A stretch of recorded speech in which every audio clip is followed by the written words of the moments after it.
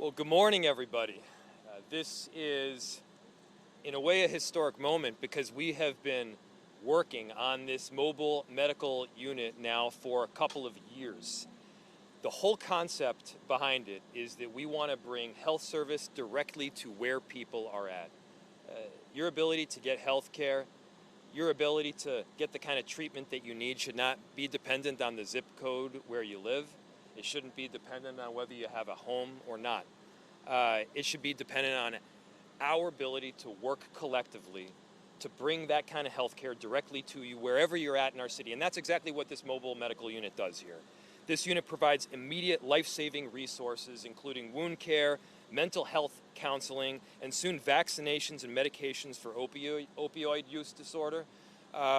We recognize that there are people in our city that are struggling, and we don't need to wait for them to get an appointment at a hospital. We don't need to wait for them to come into the doctor's office. We can go out directly to them wherever they are. And if they're on the street or in an encampment, whether they're experiencing some sort of difficulty at home or in their neighborhood, this is a mobile medical unit that can literally meet them where they are and provide the kind of care that they need. We also know that throughout our country right now, we have an opioid crisis. That opioid crisis has been exacerbated by the fact that in a comprehensive fashion, we haven't been able to give the kind of comprehensive care and treatment that people need. We've recognized that sometimes the best assistance can be given not when somebody is extremely intoxicated and not when they're going through withdrawal, but there's this middle ground. And when you meet somebody in that middle ground there, when you're able to expand that middle ground through drugs like Brixadi that alleviate some of the withdrawal symptoms, then people are better able to receive the treatment when they need it most. And so the whole end game here is that we're able to meet people. We're able to get them the care that they deserve. We're able to get them into a place where they can get long-term care and treatment. And that when that individual makes the decision themselves that it's time for their lives to change, it's time for them to get clean and get off of a drug, they're able to get that care in the immediacy.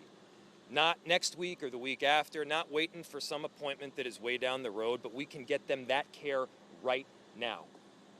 That's the kind of compassion that we want to deliver in the city of Minneapolis, and that's the kind of compassion and care that we can deliver through this medical mobile unit. The funding that we have been securing in part through opioid settlement dollars is already hard at work, covering the vehicle, supplies, supporting our incredible staff, and we're also committed to making sure that this program continues to grow and meet the needs of our community. None of this would be possible without our amazing team, many of whom are standing behind me right now, and a huge thank you to the Minneapolis Health Department's opioid response team for their dedication, their compassion. Big thank you to Commissioner Chaplain, to Deputy Commissioner Richie, and project managers Suzanne Young for their leadership on this work. Their team is truly bringing forth the kind of culturally responsive care that we've all talked about for quite some time. Now you see that in real action. I also want to thank the fantastic work of the Elliott Park neighborhood, including Barb Licknes.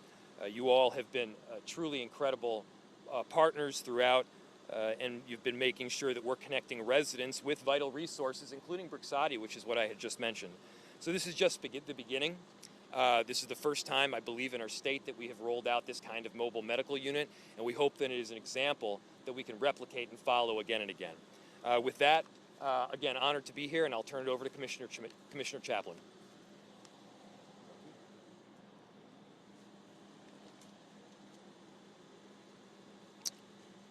Good morning, and thank you, Mayor Fry, for your continued support.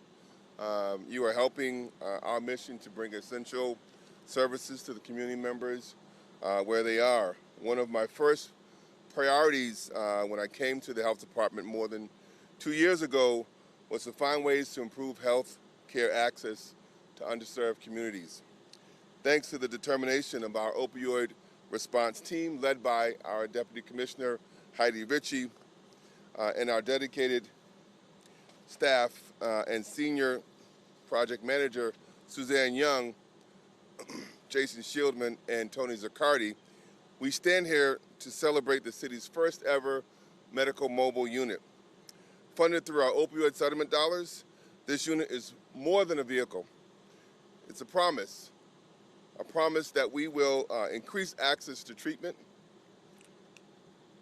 for those ready to take their first step, promote long-term recovery by connecting people with ongoing support, and expand the availability of life-saving medications for opioid use disorders.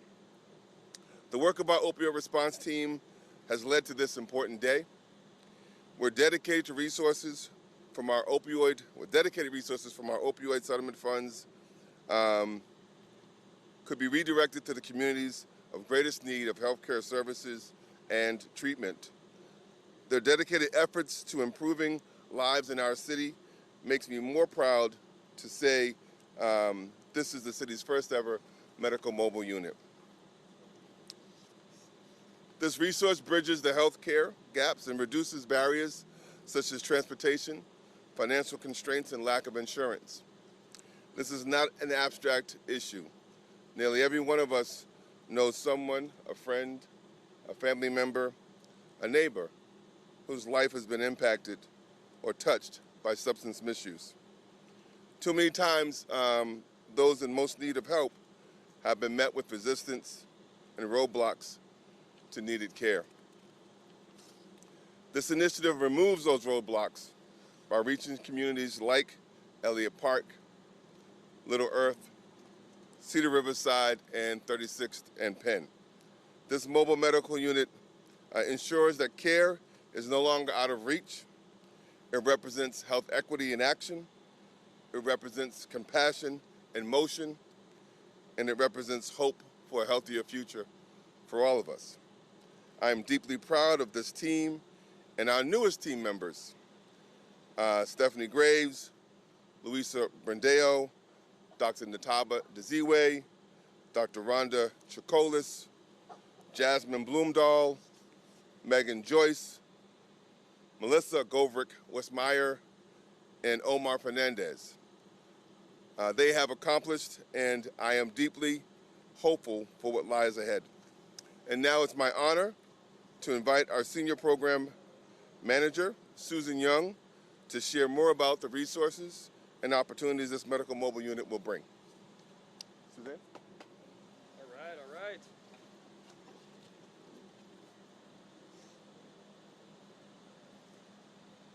Good morning. My name is Suzanne Young, and I'm the Senior Project Manager for the opioid response with the City of Minneapolis. As other people have said, and it bears repeating, we are very happy to have our medical mobile unit hit the streets and serve the people who need the care the most. I want to tell you a little bit about who and what is on board. The medical mobile unit is staffed by a clinician team. It includes a licensed physician's assistant, 3 nurses, and a peer recovery specialist who also happens to be the driver of the rig. His CDL license was well earned. We also have a medical consultant that oversees all standard operating procedures and provides guidance and direction to the team. Let me be clear, this is not day one for this team. They have already been hard at work developing relationships and having conversations with our community partners. This physical medical unit is more than just a clinic on wheels. This is a gateway to healthcare service and a relationship builder with all our esteemed partners. Low barrier access to healthcare, that is our #1 goal always. On board our medical unit is screening, like for high blood pressure, cholesterol. We have wound care kits, empty containers to properly dispose of needles, and mental health counseling referrals. And there is more to come as we continue to stock up and equip this unit with even more services, such as dental care, a dire need in the community. We'll work with the community and in the community, at events and among requests for care. This is a long day coming today, but we are very pleased to get it out in community and give care to the people who need it most. Thank you, and I'll turn it over to Barb Licknes to say a few words. Barb?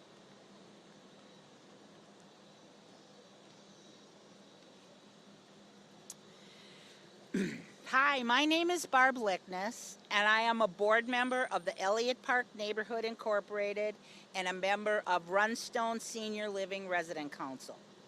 The EP&I Executive Director, Abdulrahim Wako, could not make it today, so he asked me to step in. I have been involved in issues like this for years when I worked for the city's NRP program, but never to the degree I am today. I really was so happy when the mayor's staff person, Ed, called Waco in our office and told us about this medical bus, because having the resource to the Brixati is going to really help this opioid issue in our neighborhood. We were fortunate enough to get doctors from the county that came to our board meeting and educated us about the effects of fentanyl on a person's body. And I hear about it from stories from family members, people who work in my building. It's everywhere. It's not just in Elliott Park, but we are concentrating on Elliott Park. There are statistics to support that the path we are taking now is working, but we need help with the medical delivery in this neighborhood, and we need it so we can do better outreach to the people needing this medication. I want you to please stop thinking we are going to police our way out of this problem. The police in this neighborhood are very responsive. They attend all of our meetings, but we have to be able to interrupt this behavior before it becomes a police issue. I was personally assaulted 1 month ago at the bus stop on my way to the city DFL convention. I was not hurt and was able to talk them out of taking my phone and get on the bus, but it signifies the necessity to deal with this issue. I live in a building that has over 200 residents who, like me, are seniors and vulnerable adults. We are on assisted living. We have 24-hour security in our building, but people need to feel safe when they walk out of the building. They want to be able to go to the store. They want to move around the neighborhood. They want to come to the park. We have a huge university. You can see it right across the street, North Central University. Those students, those professors, they want to feel safe in the neighborhood. We have homeowners in million-dollar historic homes in this neighborhood, and they want to feel safe too. And we have renters galore. But most importantly, we want to find a way to impact the opioid issue in Elliott Park, and we want to be a role model for the entire city, because we are a role model as a neighborhood association already to other neighborhood associations in the city. We are a highly functioning neighborhood association. But finally, I want to personally thank Mayor Jacob Fry and the Commissioner of Public Safety, Damone Chappell, I love that name, and the people, all the people at the health department for making this possible. Really, I could just cry right now. I'm so happy. Anyways, thank you. Bye.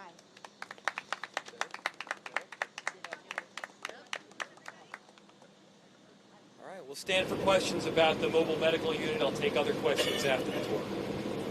Is this the only one in terms of actual bus? Yes, presently this is our first mobile medical unit. We want to work through some of the kinks and make sure that we get everything settled, and who knows, eventually we could be adding to them as well. So how is it going to rotate? I know you said on demand, but there's so much more than me just calling up saying, hey, can you show up at my point? Yeah, that's a good question. I'm gonna pass it off. So the question is how does it rotate on demand? How do people ask for it? Yeah, sure. I'm Heidi Richie, HEIDI-RITCHIE. I'm the Deputy Commissioner of Health. We have a formula that we will be using, and it has to do with high-risk neighborhoods, what the demographics are, what calls that we've seen coming in. So we'll be making decisions based on that. We will have a request form that anybody can request, and then we'll have the team evaluate those requests along with some consistent places where we're going to be going. We are partnering with our federally qualified healthcare centers to make sure that when we're going out, we have a connection with them so that not only can we help people right away, we can get them into a medical home with one of our FQHCs. I'm sorry, is it walking or sign Both. What's the first stop for that? Well, the first stop actually is today. We're going to be over at 27th and Minnehaha with a group of partners, including the Aliveness Project and the Kook Clinic. So we're going to be over there from 12 to 4 today. Around gathering, homeless encampments, or that type of. It'll be utilized for all those things, yes. Thank you.